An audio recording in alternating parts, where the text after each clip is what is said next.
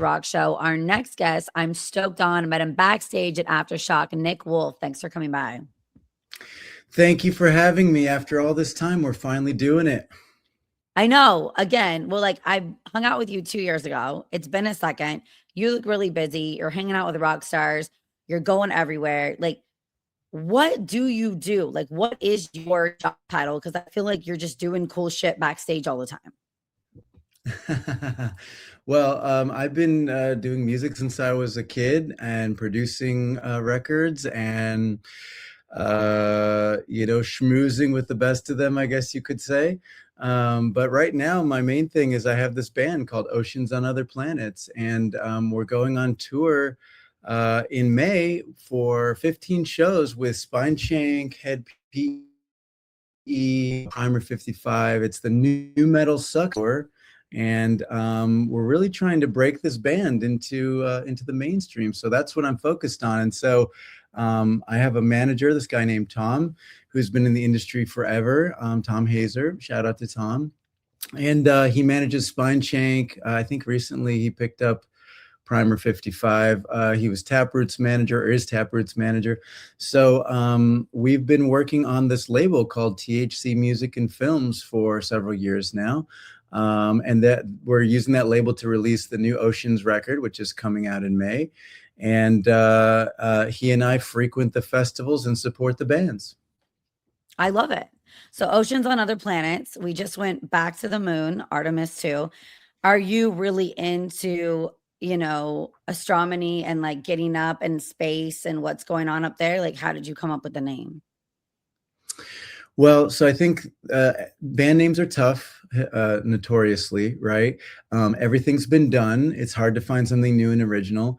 And usually what I tend to do with my projects, because I've had many bands over the years, is, you kind of like either you get some divine inspiration, which would be great, or you make a big fucking list of like shit that you're interested in, right?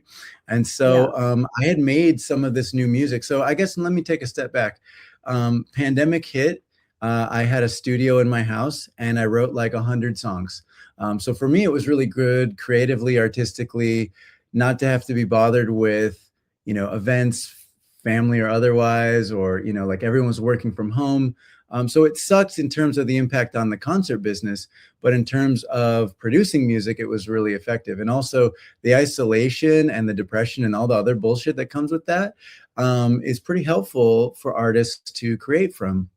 So anyways, I made all these demos with a different guy named Tom number 2, who's a producer friend of mine. And then eventually I got connected with another producer named Sahaj, who's from Ra. You might be familiar with the band Ra from the 2000s. But Sahaj and I took some of those songs and wrote some new songs. Those songs became the Oceans songs, but I didn't have a name. So initially we thought about doing it as a solo project under my name, Nick Wolfe. But I've always loved bands. I've always been a band guy, going back to when I was a kid listening to grunge music, even though it was already over and stuff like that. But anyways, we needed to have a name for this band. I wanted to make it a band project. I made a big list. I sent it around to like people that I trust, people that advise me. And one that really stood out to a lot of people was Oceans on Other Planets. And I think what happened was, I started out with the acronym because there's something called object-oriented programming in computer software. So it's OOP. And I think I had that acronym because I do also, some computer science stuff. And then I thought, what could I do with that acronym? And I was just like probably a little bit high or something and just noodling and brainstorming and shit. And OOP, somehow I put that together with, I remember now. I always wanted to do something with oceans just because it's like very atmospheric. The tide of the ocean has an effect on, our circadian rhythm and how we live and breathe and all of the stuff, even affects the moon and vice versa. So I wanted to do something with oceans. And then I had this acronym and I put 2 and 2 together and boom, there we were. And then I called up Tom, the manager. I said, bro, it was actually New Year's Day. I said, I think I got the name. And he's like, I'm sure it's going to suck, because he's kind of a pessimist, right? I said, let me lay it on you. And I said, Oceans on Other Planets. You gotta have one in your life, you know. What's that? You got to have one pessimist in your life just to ground you, I've keep got you level. plenty. um, but anyways, I said the name to him, Oceans on Other Planets, and then I said, dude, when I just said that to you, I kind of got a chill. Like that felt really epic to say to you. And he said, you know what? I did too. He's like, I really like that name. And he's like, I hear band names all day, every day, and almost all of them suck. And this one does not suck. So at that moment, it Yeah. was like, okay, this is the way. You know what I mean? Sorry for the very long-winded answer. No, I would rather listen and learn than it be like yeah, we like oceans, done. So, okay, I heard you say THC, like THC records or labels. Does that mean you have a marijuana brand, or you guys have it kind of in the gist of it, or do you smoke? What does that have to do with what's going on? Yeah, so my manager's name is, again, this guy Tom Hazer, so TH and then C for company, essentially, right? Oh, no way. Or corporation, right? So he founded this company. I don't want to take credit for that, but I've been helping him build the business. They signed us. They're putting out our record. I helped them put out the last Taproot vinyl LP as executive producer. And so it is meant to have like sort of an implication of drugs and stuff, because that's kind of like second nature for the music culture that we know and love, right? Yeah. But it's not a weed brand. Now, conversely, Okay. I had a guy hit me up on Instagram 2 weeks ago saying, love the band, love the name, would love to make a custom strain of marijuana with you if you're interested. And I Oh, said, oh, that's is that a cool. thing that we can do? He said, it's absolutely a thing we can do. So we're in talks about a deal for that. I'm not like a major weed guy or anything, but I think it has its place. And if I can make a I cool only product smoke that when people I'm dig, pinging I'm all someone about that smokes. Like if somebody smokes, it. I'm hitting, then I smoke. How do I want to get in touch with this guy and have a Steph's Rock Show strain of like marijuana? That's so badass. Well, you That's you cool. know a guy, which is me, and I can put you in touch with him. I love Um, that. I would pay for like a little packaging that's like Steph's Rock Show weed, and like I can give it out to people to smoke. I'm down. There you go. Well, speaking of you, you're a very interesting person. Maybe we should talk a little bit about some of the history that we have, because I met you at Aftershock uh, Yeah. 2 or 3 years ago, right? And then the following year, you were going again, and you had kind of a crazy fucked up incident. Why don't you tell the folks at home about it? I can't legally because it's something I Oh, settled out of court, but I can say oh, there was an altercation. Somebody talked shit online, and then in person, they did nothing. I can say that. Um, there is a hypothetical version that I might have gotten in a fight that might be online, and we don't know. Maybe I did. You know what I mean? we don't know. We don't know. I'm a crazy bitch. I will go on and say that. And that is very vocal on my podcast. I am never going to lie. Like, I love to be honest and upfront. And I'm a very in your face person. I'm your best friend. I will ride for you. But if somebody is like trying to start shit and is going for me hard for a long time, it's like, let's go, dude. I'm old. I'm tired. Let's go. I just, when your patience runs out, and you just want, so I don't know. I didn't ask, to be honest, to go back to do media at Aftershock this year. And I probably should have, but I just respect Danny so much. And I want his place to be a safe environment. So I'm taking a year off, and then I'm going to ask to come back in next year. I just think that's like a better thing to do, because I love Danny. I've been helping him out since 2014. And like I said, Oh, he wow. didn't say no, but like I didn't even ask because I was taken out of Aftershock in handcuffs last year. So I probably should take a pause, There it right? is. Take a minute. It Well, see, I happens, thought you'd no? been I thought maybe you'd been banned for life. That's how you described it to me, I think, when we first No, talked I about no, that so I situation. don't want that on him at all. Like, he's a sweetheart. I didn't apply for media because I did not behave correctly last year, and I'm disappointed in the way I behaved. So I don't even want to apply this year, but the more I think about it, I do want to apply next year. I talked to their assistant, Kristen. She was like, "Steph, you could come back." And I'm laughing like, "You guys want this piece of shit kid acting like a fucking 14-year-old ready to fight? Okay, thank you." But, accidents So you happen, put and I'm glad yourself in the penalty box. I did. I put myself in a timeout. Very mature. Also Jack Daniels, sometimes when you drink a little bit too much Jack Daniels, you're not acting correctly. That happens. I do love whiskey. I will say that openly and freely. But the fact is, it's definitely gotten me into some of the worst predicaments of my life. And so I think there's Yeah, something to that. 100%. You gotta be careful. Yeah. So wait, I wanna know, you have your own podcast, that's really cool, and you even have a co-host. Tell me how you got that started, and what is your guys' main topic or focus on your podcast? Yeah, thank you for asking. So I will give you some kudos because I think when I started attending these festivals last few years and stuff, and I started to see folks like yourself, there's this other girl, Holly, who does teaser talk. I was going to ask you, do you know her, by the way? I feel like you Yeah, two would I've know heard of each her. other. Yeah, I've heard Okay. of her, yeah. I mean, I feel like you two have a lot in common, actually, and like you should probably either be great friends or great enemies, one of the two. I But I love just did her everybody. You know show. what's weird? A lot of people don't like me because of how I love to talk about sex and that I like men. And sometimes I side with men over women. So a lot of females in the business do not like my mentality on I think men should be in charge and rule. And that's okay. Mm-hmm. Well, number one, I think everyone should be honest as long as they're not harming other people. So if that's your view, that's totally okay. And I can't say that I'm mad at it. Let me just put it that way. But anyways, point being is I started to interact more and more with the media over the last 5 years. And it sort of like subconsciously inspired me because I love to meet people. I love to chat. I love to learn what makes people tick. I am a music addict and total obsessive about, hard rock, metal, punk, all of that stuff. And so I would like see people doing media at the festivals. And, I probably was just drinking, seeing bands, shooting the shit, networking, hanging out, all that stuff. But I'm like, look at these people over here working hard to try to bring people the story, right? And so Yeah. I'm like, I'm also an audio engineer and producer. I said, so I know all about gear. I produce all these records. I'm like, I could very easily produce a podcast. And so seeing what you do, seeing what she does, and there's a whole bunch of other great examples, kind of inspired me to take a swing at it. So there's that. Additionally, my buddy Tom, he's a record producer. We've done a lot of projects together. I went to his house in October. He was like, I need to have a heart to heart with you. I'm going through a lot of deep, dark shit. You're one of the only people I can talk to about it, which are right there. He's putting a lot of trust in me too, which means a lot, right? But we go over there and he lays like a 2 hour, diatribe on me about all the shit that's going wrong. And I'm trying to give some constructive criticism, some objective advice.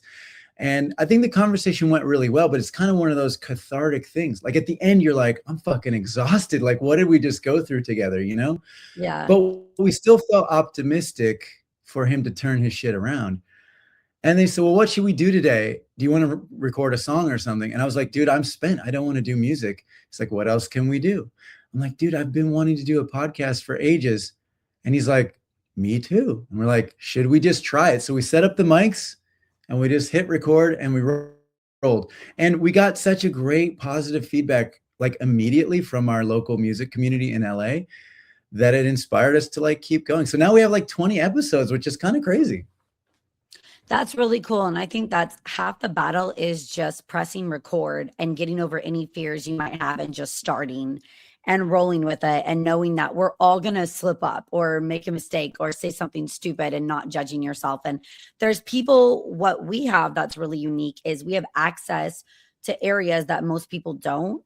And so we need to utilize the access we have to interview people that others can only watch on stage and listen to their songs. Because for the longest time, I wouldn't start a podcast. I was like, no, I'm hardcore radio.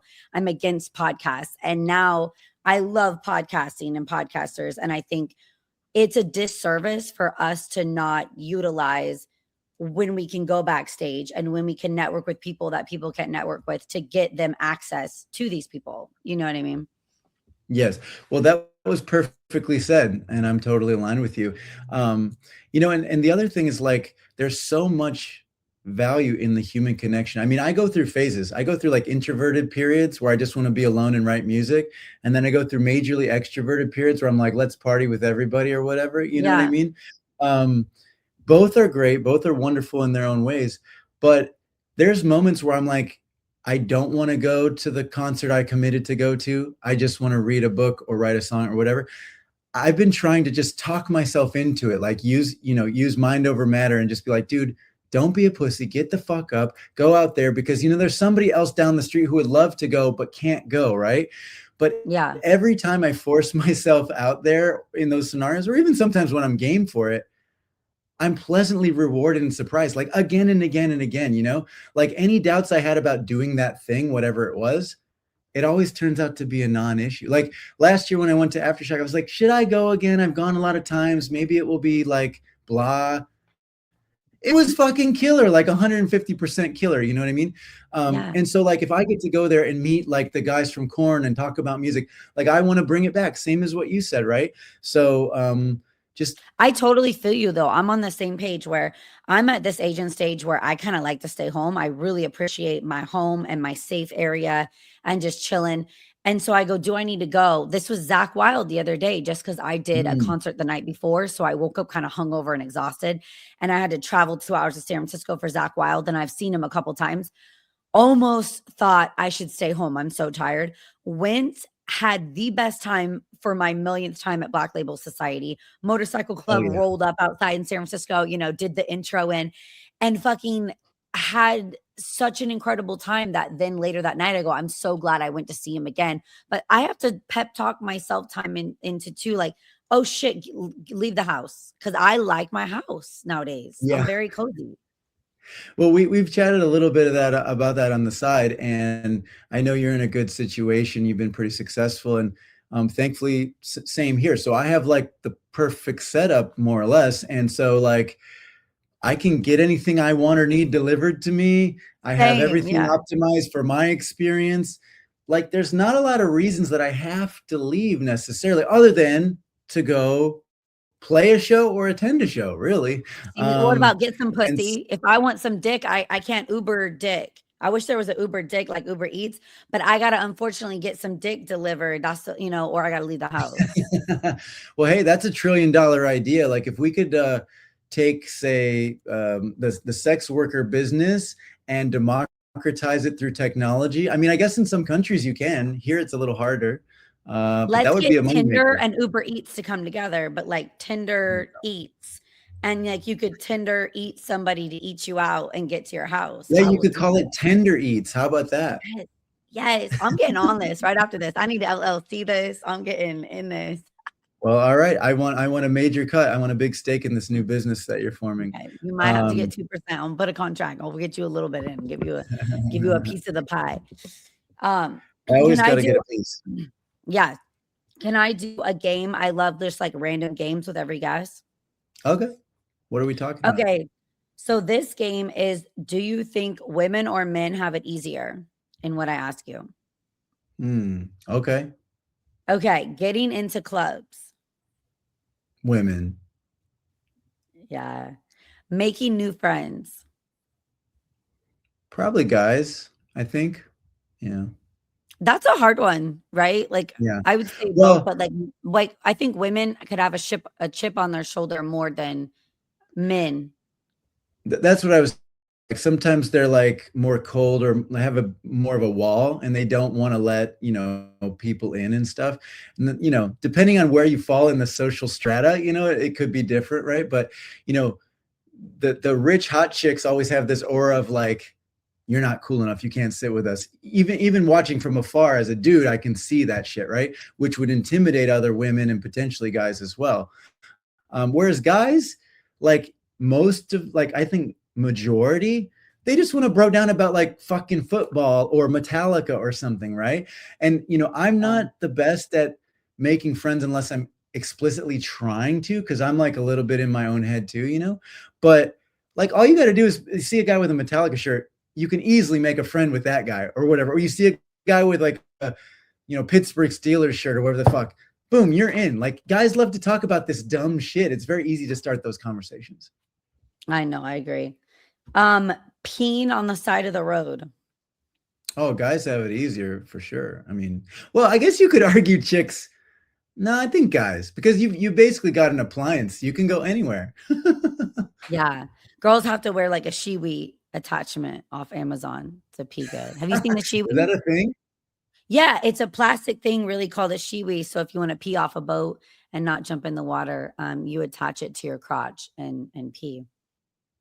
I was hoping Yeah. to learn something new on this podcast, and we just checked the box. I try to do that every time. Okay, a UFC fight. Who has it easier, men or women? I would say men, just because men are naturally disposed to being barbaric, and testosterone is really critical for training and fighting and kicking ass. And the amount of women who can do UFC is a very tiny fraction, right? Like there's like Ronda Rousey and another like 50 people, but there's like all kinds of dudes who are trying to fight. So yeah. Yeah. Yeah. Multitasking. I think women can be better or find that easier. I mean, that's just a hunch. I've really never looked into this, but I feel like women are always like a lot of women are doing a lot of things in concurrency, whereas guys can be more single-minded and also scatterbrained. I don't know. What do you think about that one? I do. I think men are better at hyper focusing on one thing at a time and giving their Yeah. attention great at one thing. And I think women are better at multitasking and kind of it's the mom brain of like you have 8 schedules and 4 different things going on at once and you can focus on everything. And then, but I think it's almost harder for women than to just say, I'm focused on this one TV program or this one thing because our brain's not really shut off. Yeah. Well, you almost have to ask that question like more granularly. And because then for women, there's moms and not moms. And I think that psychology, that brain is very That's a good point. different. You know what I mean? That's a Like good if point. you took a 21-year-old girl with no kids versus a 45-year-old woman with 6 kids, I mean, I think they have very different modes of thinking. 100%. And I was partying my face off at 21 with no babies. Now I got babies. My head is all onto my kids. Like, what do my kids need? Can I give their life, the best life? And you're right, more multitasking now than back in the day. It was like, how can I get drunk today at what mansion in LA? That was all I would focus on. Okay, Well, yeah, go faking an ahead. orgasm. Uh, well, yeah, I think girls have that easier because, I mean, first off, when a guy does it, it's pretty obvious you either did it or you didn't do it. You know what I mean? Like Have you you done the produce. spit on the back? My best friend Scott said he did the spit on the back trick. I've never done that. I Okay. will say I probably have faked it like twice in my whole life, Did and it there work were out? How does that with a man, how does that work out? well, in one of the cases, the girl suspected that I was playing, and I tried to just deny it and play it off. You I know, love it. Did you wrap um, it up? Is that why, like, it was in a condom? yeah, exactly, yeah. Okay, okay. Um, See, I only like to hit it raw, so I would know if they came or not. Like, I don't condoms are for losers. I'm all about potentially getting HIV during a hookup, I don't wanna, like, not risk it. I mean, this is a whole interesting topic in its own right. Um, Yeah. but in both cases, if I'm being honest, the faking it stuff, actually, one case was about I was kind of not that into the person, and it was taking a long time, and it just wasn't popping. It wasn't a happening scene, Like I Yeah. probably should have not been there. We've all been there, though. Chemistry just wasn't good enough. And in the other case, it was because I had already been doing it so much that day that it was like I had nothing left. I had to just like end it. I had to give in. It's almost like at the end of like a 16-round UFC fight, you're like, I give up. Fuck I it. gotta tap out for sure. Yeah. Like, I feel bad for you guys because it's not like you're a girl and you could be like, "Yeah, I just came," but, like, nobody knows, So it's I mean, it's girls hard. can do it undercover, right? It's very like incognito, right? Because generally speaking, there's no outward signs. I mean, there's a little bit of like your body could shake, your eyes could roll back, or like stuff like that, right? But you could even fake that. You could fake that shit too. The older you get, I think as a woman and a man, the harder it would be to fake it or, like, not send somebody faked it because you get the motions even or the losing control of one's body, It's Yeah. harder to reproduce. Well, also, I'd like to Okay. think that people Yeah. getting older would care less about like just I think they would want to just be more open, like, hey, didn't happen for me. Sorry. Like Oh, 100%. I think it's so great to be honest and be like, "Oh, I'm really tired. I'm so fucking tired," or "I drank too much." If I have more than 4 or 5 drinks, I know I'm not gonna come. I don't care how long you're rubbing whatever you're rubbing. If I have 4 whiskeys, on the rocks, there's no coming for 8 hours. So I will tell my person, like, let's cuddle. I'll see you in the morning. You know what I mean? Like, you gotta be real. I mean, setting expectations is pretty key in all things, right? So Yeah. kudos to you. Yeah. Okay. Touring with a band. Who has it easier, women or men? Is it about getting on the tour or just existing on the tour? I mean, just like existing on the tour. That's a good point. Actually, I'm interested in both of your answers. Hmm. Well, so like if there's already a tour that exists, then I think a woman, especially an attractive woman, could attach herself fairly easily, more so than a random guy could say, "Hey, I want to be in a Yeah. part of this," because Yeah.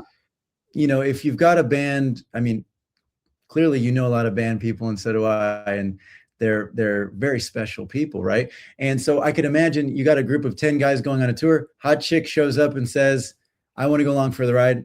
She's probably got an easy in for the most part, right? So that's one thing. As far as existing on tour, I think guys have it easier. Again, guys are like tough, resilient, used to like being dirty, used to sleeping on the fucking floor. Like, I mean, to put it really crassly, guys are like dogs, So like, unless you're just a big pussy or whatever, you know what I mean? But like Yeah. I'm actually a pretty spoiled, clean dude at this point in my life, which is awesome. But like there was a time in my life, maybe you didn't shower for like a few days or worst case, like a week or something. There's a lot of guys that are like grown up running around behaving like that right now. So just to exist and suffer through the ups and downs of the tour, I think guys have that easier. Same with like going to war, let's say. I agree. And I'm going to say, like, even menstrual cycles, I thought about that. How do these girls have their periods on buses and they're performing on stage while bleeding? Like, that's That's a hard. great question. That's a hard fucking week right there. So you men are like never bleeding 1 week out of the fucking month. You're just like, no, today is the same I've shit. never really thought about, because I have a lot of women artists who are friends, and also I'm fans of a lot of female singers, songwriters, guitar players, whatever it is. I'm a huge fan of women in music, period. It hasn't really occurred to me much, if ever, about, oh shit, that person's been on tour for 2 months and they probably had a couple like menstrual cycles. This never really came up to me, which just shows you how aloof we are, and we're just going through it because we don't live that. So we don't know, Yeah. right? Do Um, you know the artist Dorothy? yeah, yeah, yeah. Super Okay, cool. so Badass. cool. So we met stripping together at Crazy Girls in Hollywood. Yeah, we were No strippers. shit. Yeah, in 2008, 2009, and I actually even didn't have a place to stay for a couple weeks, and her boyfriend, Dante, let me crash on their couch in LA, like, super cool. So when I'm working backstage and I see her walk up, she's like, "Hey, we're gonna just talk about the band." I'm like, "That's fine." But I was thinking too, she was, like, on her period on tour that day, and I go, "Girl, you're badass." Like, she's keeping up with all the guys backstage at Aftershock doing everything they're doing while fucking bleeding, and I'm like, "That's cool." Wow.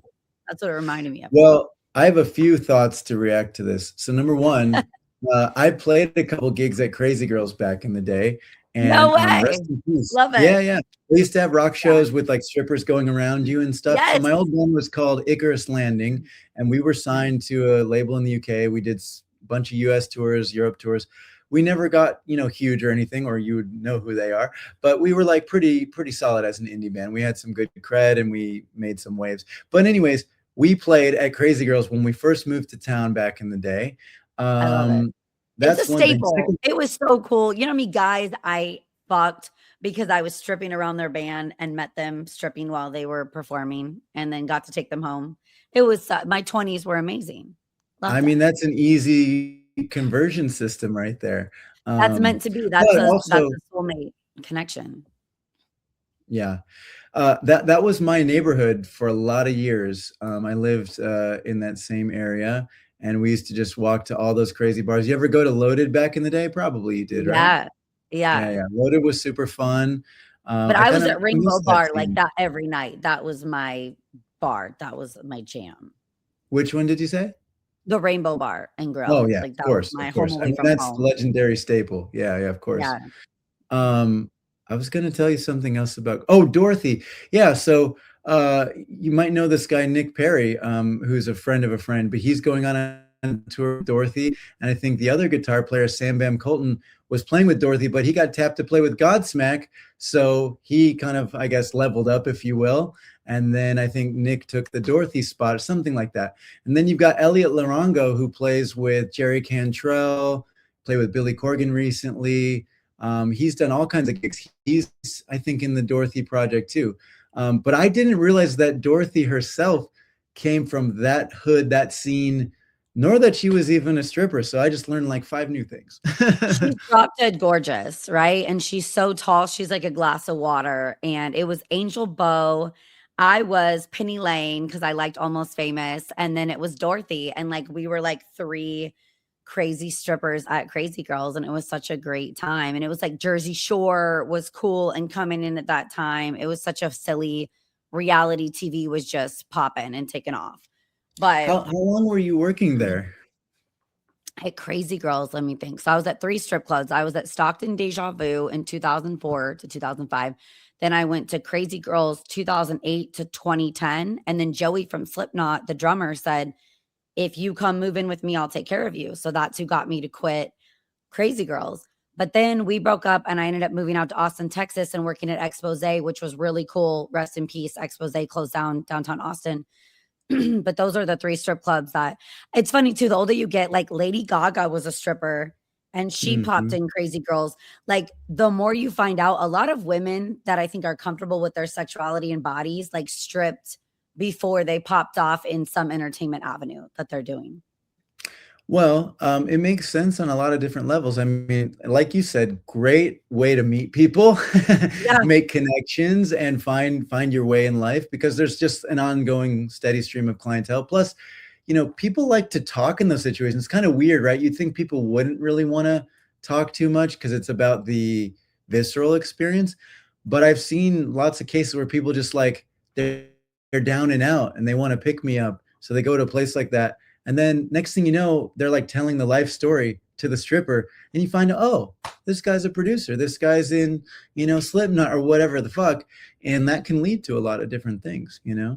It's a Um, great networking place. There's a lot of wealthy that's what I'm saying. businessmen and then also gangsters, right? So you're talking to the Crips and you're helping them move backpacks, and then you're talking to some fucking guy on Wall Street the next, minute, and you're like, "What the fuck? That's cool though." And I will be honest, I networked so much there. Dorothy had her fucking CD and she had her CDs and she was giving her CDs out to people that came in. And then she ended up telling me years later, like somebody got her little, what is that called? An album where you like an EP. Somebody, Like an e-pack, yeah, electronic press got it, kit type thing. it right, got it in the right hands. So you never know who knows who, right? And I will, the older I get too, I don't know if you'll agree with this, it's all about who you know. I have seen some really talented bands never take off that are insanely good. And then I've seen some okay bands get on the right festivals because they went and partied with someone's manager or attorney or, somebody higher up. And so it really is, if you are being a nice, good person, that really matters, and in the right time with the right place. I think you nailed it. I think the who you know is one of the most important, if not the most important thing. And I mean, look, I grew up in a little town in Ohio. I built my band up back then. We got to the point where we were playing to, a couple thousand people and we thought we were hot shit. But eventually we kind of hit the ceiling of what can you do from being from Cleveland, right? We moved Yeah. all the way to Los Angeles, did the crazy drive with all our gear and our trailer and so on and so on. Kind of cliche, but kind of cool, right? Um, but we came out here to basically meet the people that control the industry, movers and shakers, influential people, like because that we had kind of tapped out where we came from, right? But I'll be honest with you, like when I first came here, I mean, I was meeting people and going out on the scene, going to these clubs and stuff. But this is like me just being really vulnerable. I had such an ego about some of the music that I was doing, and I thought it was so great. I mean, looking back on it now, I can criticize it a lot, but like I think I should have leaned into that a lot more because when you're really young and you're decent at what you're doing, like you can get deluded to think the music itself is just going to take me all the way. Like someone's going to hear this and they're going to be so enamored with it that they're going to put me on the big stage. And I think that was a deluded incorrect assumption to have.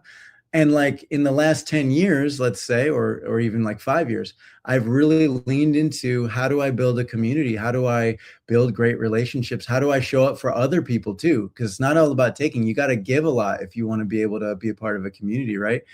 But this new project has blossomed super quickly because of this, because of, leaning on the right people, getting advice from the right people. Someone puts you in touch with someone else.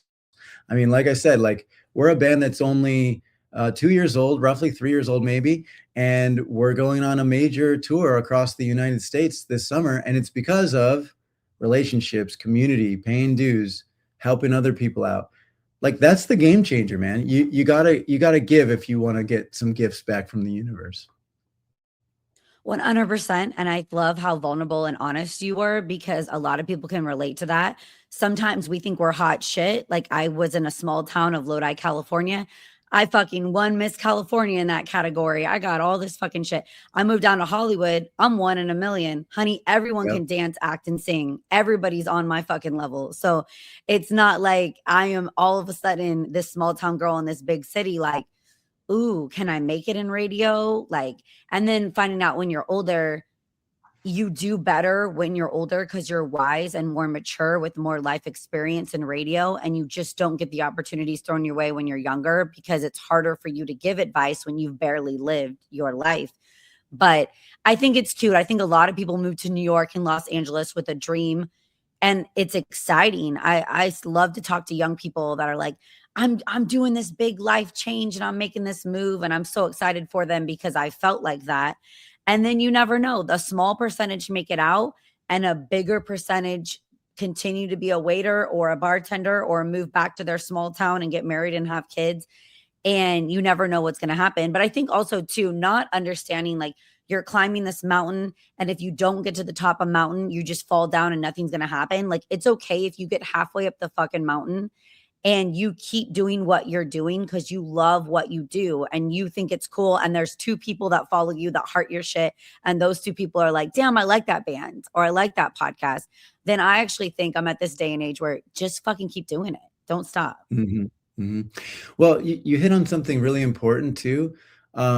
Like especially in the social media culture we live in, like everyone's trying to be a star, be famous. Everyone's trying to have a brand. And that's Yeah. understandable because that's like what society is breeding right now, right? If you're not doing that, you're kind of like left out or whatever. And if there are people who are not doing it, I commend them because I think that's also a nice move in its own right. There's nothing wrong with it. But because of everyone competing, trying to be hot shit or whatever, right?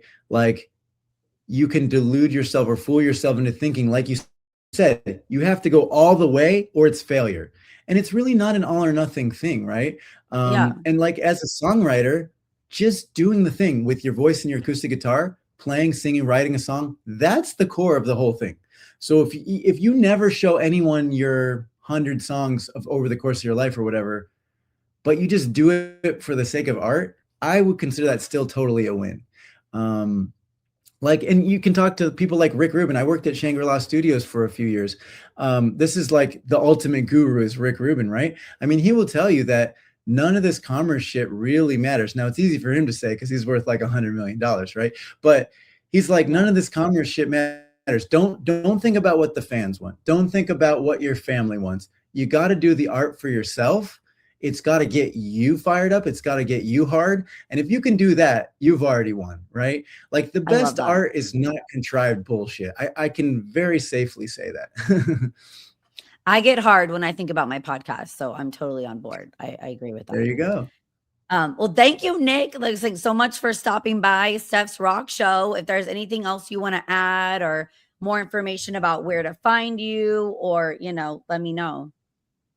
Well, I do want to say one last kind of thing. So we have a bunch of new music coming out. We have an EP dropping in May, right before the tour. Again, it's the New Metal Sucks tour with Spineshank, Head PE, and Primer 55. We are Oceans on Other Planets. We're opening the show. We're playing from Cleveland all the way through to Iowa, down to Denver. I mean, we've got a whole crazy run ahead of us. Would love to see some people out there at the shows. But the next song we're releasing is called Make It Out Alive. and we have a collab with Jay Gordon from Orgy. He's also singing on the track. So we just finished this. We're doing this collab with Orgy, and I think we're going to tour with them later in the year too. So this is That's very sick. exciting shit. Say that again. That's sick. I love Head PE and I love Orgy. I've had them by a couple times. I love those bands. So that's There exciting. you go. And then additionally, our song Die Alone, we have Johnny Santos from Spineshank doing a collab on there. He's adding vocals and guitars. So when the EP comes out, it will have these guys on there, and we're very excited about it. I mean, these are legendary people that, you know, when I was a kid, I was like, man, I would love to even see that band play, let alone play with them, let alone have them on my song, right? So That's these are rad. my dreams coming true right before our very eyes. Congrats, Nick. Oceans on Other Planets tour starting soon. I'm going to put the links all down below on Spotify, Instagram, YouTube, and TikTok. Thank you so much for coming by.